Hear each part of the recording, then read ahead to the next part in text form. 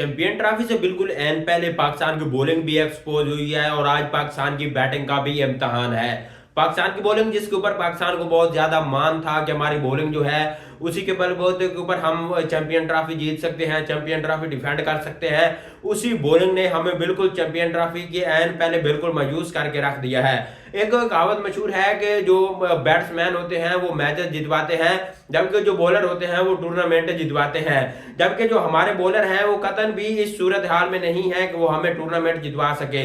Tournament जितवाना तो दूर की बात, वो हमें नॉकआउट मैच तक पहुंचाते हुए भी नजर नहीं आ रहे। शहनशाह अफरीदी जो कि नई बाल के ऊपर तो कारआमद साबित होता है, लेकिन जैसे जैसे ही बाल पुरानी होती हुई नजर आती है, शहनशाह अफरीदी को इतनी पिटाई पड़ती है, शायद ही किसी और बॉलर को दुनिया में इतनी पिटाई पड़ती हो जितनी शहनशाह अफरीदी को पुरानी बाल के ऊपर पड़ती है। इसी के साथ नसीम शाह जिसकी नसीम है ना कुछ है, अगर पिच की तरफ से मदद मिल रही है स्विंग को तो वो स्विंग करती हुई उससे नजर आएगी। अगर पिच की तरफ से स्विंग को मदद नहीं मिल रही तो फिर तो उसकी वो पिटाई होती है जो कि शायद वहाब रियाज की भी ना होती हो किसी दौर में। अभी तो आप ये देखें कि पहली इनिंग थी, अगर पाकिस्तान को बाद में बॉलिंग मिली हुई होती तो फिर इस बॉलिंग का क्या असर होना था, क्योंकि बाद में लाहौर के अंदर जो लाहौर के और पाकिस्तान के जो खसूसी तौर पर ग्राउंड है जो बाद में टीम बॉलिंग करती है उस बॉलिंग को कोई खास मदद नहीं हासिल होती पिच की तरफ से, ग्राउंड की तरफ से। तो अगर यही पाकिस्तान की बॉलिंग जो है ये बाद में अगर बॉलिंग कर रही होती तो फिर इनका क्या असर होता।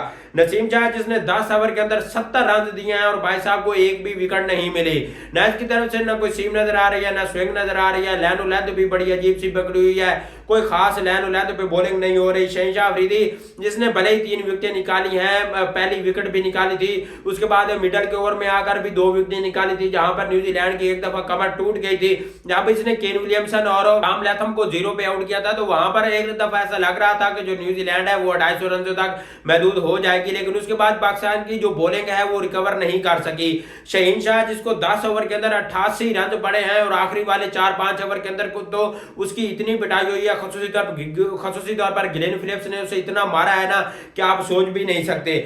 शहीन शाह अफरीदी जिसने 10 ओवर के अंदर 88 रन दिए और मात्र 3 विकेट हासिल की हैं, उसके साथ सिर्फ एक इब्रार अहमद था जो कि कुछ अच्छा और कारआमद साबित हुआ है, जिसने 10 ओवर के अंदर सिर्फ 41 रन दिए हैं और 2 विकेटें भी हासिल की हैं। उसके अलावा हारिस रऊफ वो भी कारआमद साबित हुआ है, लेकिन वो इंजर्ड हो गया था। पता नहीं हमारे पाकिस्तानी बॉलर किसी भी मेन इवेंट से पहले क्या करते रहते हैं जो कि एकदम इवेंट के नजदीक आकर ये इंजर्ड हो जाते हैं। एकदम पहले जब इवेंट से पहले ये फारिग रहते हैं, ना कोई एक्सरसाइज करते हैं ना ट्रेनिंग वगैरह करते हैं, जब इवेंट नजदीक आता है तो ये इंजर्ड हो जाते हैं। हर इवेंट से पहले पाकिस्तान का कोई ना कोई फास्ट बॉलर जरूर इंजर्ड होता है, जिसकी वजह से पाकिस्तान को काफी ज्यादा नुकसान बर्दाश्त करना पड़ता है। खुशदिल शाह जिसकी वापसी हमने उसको कोई 30 मार खान बनाकर उसकी वापसी कराई थी। खुशदिल शाह को 9 ओवर के अंदर 66 रन पड़े हैं और एक भी विकेट नहीं मिली। खुशदिल शाह जिसकी बॉलिंग में कोई भी स्विंग नजर नहीं है, सिर्फ अच्छी लाइन पे बॉलिंग कर रहा था, लेकिन वहां पर भी न्यूजीलैंड के बैट्समैन जो है वो उसको उठाकर फेंक रहे थे। खुशदिल शाह जिसको हमने पता नहीं क्या कौन सा ऑलराउंडर बनाकर वापस लाया, ऐसा लग रहा था कि जैसे खुशदिल शाह जो है वो हमारी टीम के लिए बैकबोन की हड्डी साबित होने वाला है, लेकिन उसने भी आज पहले मैच में काफी मायूस किया है। इवन के स्पिन पिच थी, ये वही पिच थी जिस पिच के ऊपर इब्रार अहमद ने 10 ओवर के अंदर सिर्फ 41 रन दिए हैं, और उसी पिच के ऊपर खुशदिल शाह जिसको हम 5वें बॉलर के तौर पर इस्तेमाल करने वाले हैं, उसने सिर्फ 9 ओवर के अंदर 66 रन दिए हैं। 14 छक्के लगाए गए हैं न्यूजीलैंड के बैट्समैनों की तरफ से और सिर्फ 3 बैट्समैनों ने रन बनाए हैं और टोटल 330 रन उन्होंने बनाए हैं। न्यूजीलैंड की अगर ओपनिंग की बात करें तो ओपनिंग को खास रन बनाने में कामयाब नहीं। उसके बाद केन विलियमसन ने 58 रन की इनिंग खेली, फिर डैरी मिचेल ने 81 रन की इनिंग खेली।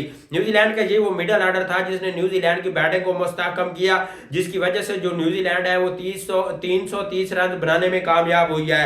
उसके बाद अगर ग्लेन फिलिप्स की बात करें तो ग्लेन फिलिप्स जिसकी इससे पहले कभी कोई सेंचुरी नहीं थी, उसने आज पहली दफा सेंचुरी बनाई है पाकिस्तान के खिलाफ। 106 रन बनाए हैं, सिर्फ 74 बालों पर 6 चौके और 7 छक्के लगाए गए हैं ग्लेन फिलिप्स की तरफ से।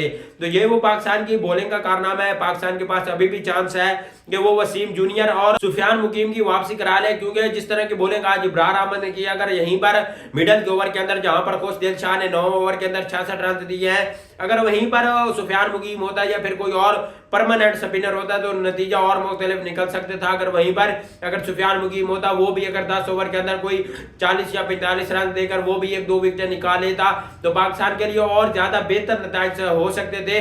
पाकिस्तान के पास अभी भी 4 दिन बाकी हैं, 12 फरवरी तक पाकिस्तान जो है वो चेंजेस कर सकता है और पाकिस्तान को चाहिए कि अभी भी किसी सऊद शकील को निकाल दे और सऊद शकील की जगह पर सुफियान मुकीम को टीम में ले ले। पाकिस्तान के पास अपनी गलती सुधारने का आखिरी चांस है। मे भी हो सकता है कि आज के मैच की बॉलिंग का असर देखने के बाद जो पाकिस्तान है वो अपनी गलती सुधार ले और सुफियान मुकीम की वापसी करा ले।